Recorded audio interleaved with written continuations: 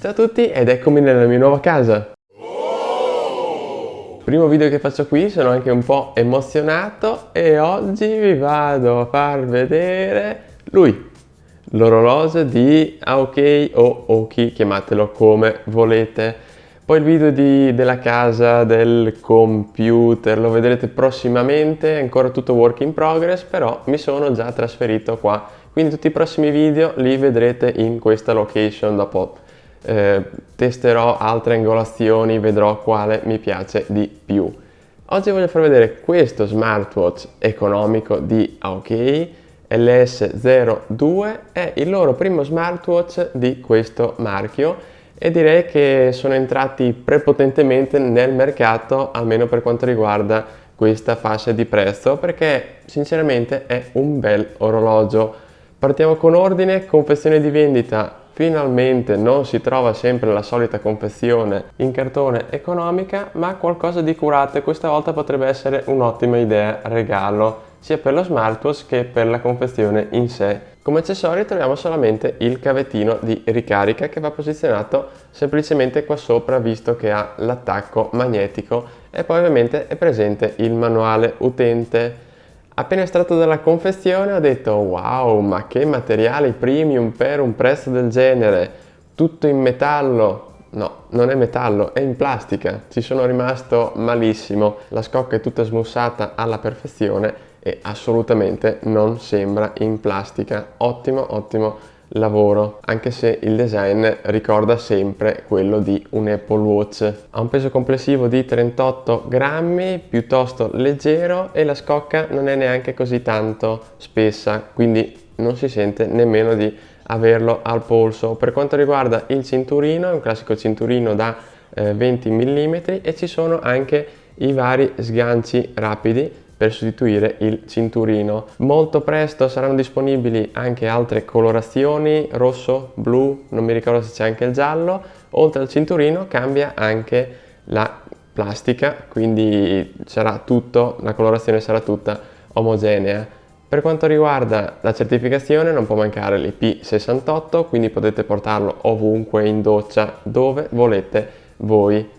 Invece display da 1,4 pollici con 320x320 pixel come risoluzione, touch che risponde molto bene ai comandi e purtroppo non è possibile accendere lo schermo con un doppio tocco, ma solamente ruotando il polso oppure pigiando direttamente il tasto fisico laterale. È ben visibile all'aperto e l'illuminazione non è automatica e dovrete sempre intervenire manualmente dalle impostazioni. Qui sul retro c'è il sensore per il battito cardiaco e qui sopra la ricarica magnetica, come vi ho fatto vedere prima.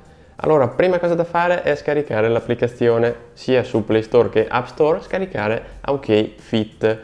Una volta installata basterà effettuare la prima registrazione, semplicissima, impostare vari parametri come i vari obiettivi eccetera eccetera, vi dovrà un po' conoscere e da lì troverete la pagina principale, troviamo un resoconto dei nostri dati, come i passi eseguiti in una giornata con gli obiettivi, la frequenza cardiaca, anche se i dati del battito cardiaco non compaiono nella prima pagina e quindi bisognerà entrare nei dettagli.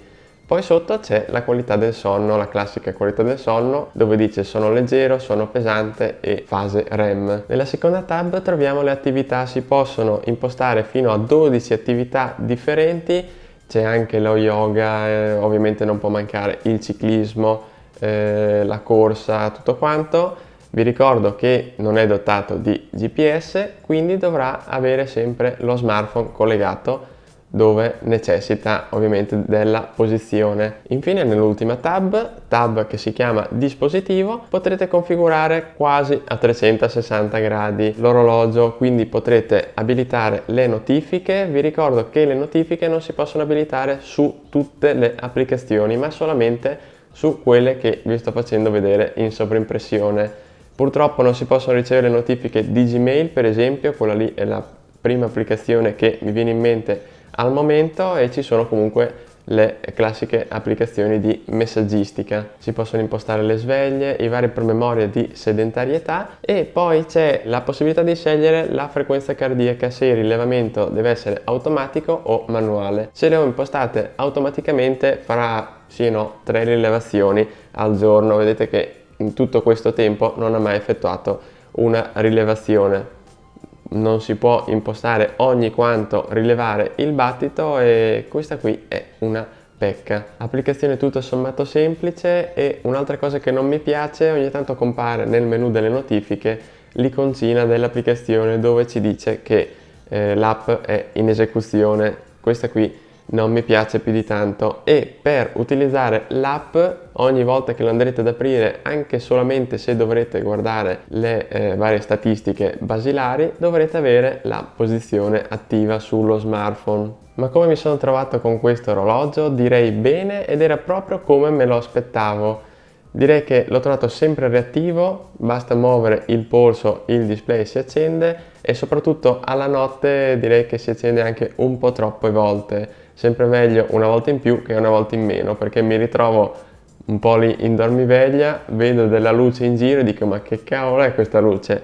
Ed è l'orologio che accidentalmente si accende. Non è un problema così esagerato. Come ben sapete non è dotato di altoparlante nemmeno di microfono, quindi alla ricezione di una chiamata vedrete solamente il nome comparire sullo schermo e potrete rifiutare la chiamata.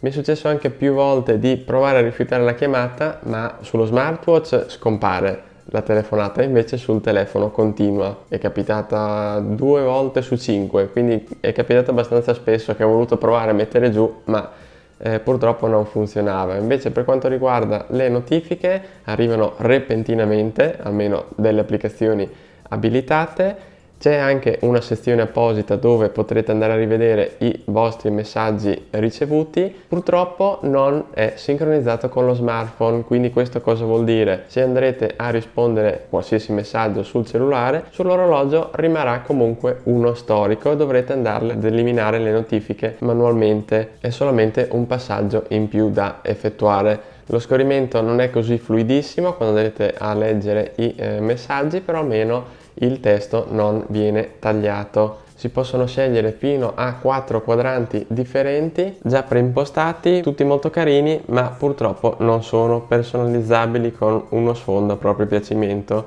E direttamente dall'orologio potrete controllare le classiche statistiche della giornata, il meteo della giornata fino a 3 giorni successivi, il timer, il cronometro, l'allenamento della respirazione, e c'è anche il controllo multimediale per passare tra una traccia e l'altra con il lettore multimediale dello smartphone, oppure anche una qualsiasi app di musica come Spotify per esempio. Per quanto riguarda i battiti l'ho trovato un po' approssimativo, sovrastima molto, ed invece i passi sono abbastanza veritieri, e sono rimasto anche soddisfatto delle attività che ho effettuato in bicicletta. Ci avrà sempre un po' uno storico delle attività effettuate con i vari chilometri, il battito cardiaco, la frequenza media, insomma tutte le statistiche piuttosto ben fatte, sempre con l'ausilio dello smartphone, sempre quando serve il GPS. Non ho mai riscontrato nessuna disconnessione, è dotato di Bluetooth 5.0, quindi è affidabilissimo, la connessione è molto affidabile, come anche la batteria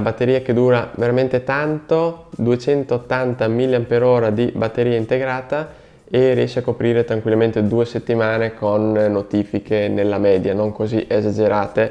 In queste settimane non ho ricevuto chissà quali notifiche, e 2 settimane le copre tranquillamente. Ops, ho sbagliato, 260 mAh di batteria. Comunque questo orologio mi è piaciuto veramente tanto, piccolino, non ingombrante, non lo sentirete nemmeno al polso, non dovete neanche preoccuparvi della batteria perché dura 2 settimane, e non dovrete nemmeno preoccuparvi del costo, perché se volete spendere poco è sicuramente un acquisto che fa per voi. Pensate solamente che per acquistare un Apple Watch potrete acquistare ben 15-20 dispositivi come questo, dipende sempre quale Apple Watch andrete ad acquistare, anche se ovviamente le funzionalità sono molto diverse. E se volete avere qualche piccolo step in più, i primi orologi che mi vengono in mente sono i Mi Watch di Xiaomi, oppure anche il TicWatch, però lì si va già dai 90 euro in su, dipende sempre dalle varie promozioni.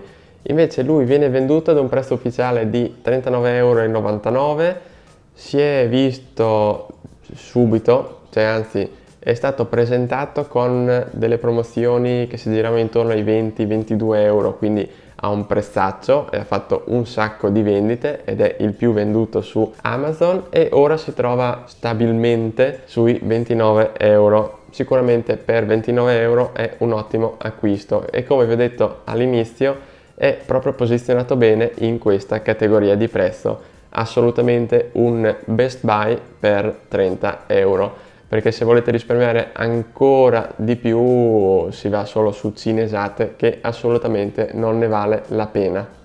Per qualsiasi altra informazione contattemi pure e alla prossima su Winblog.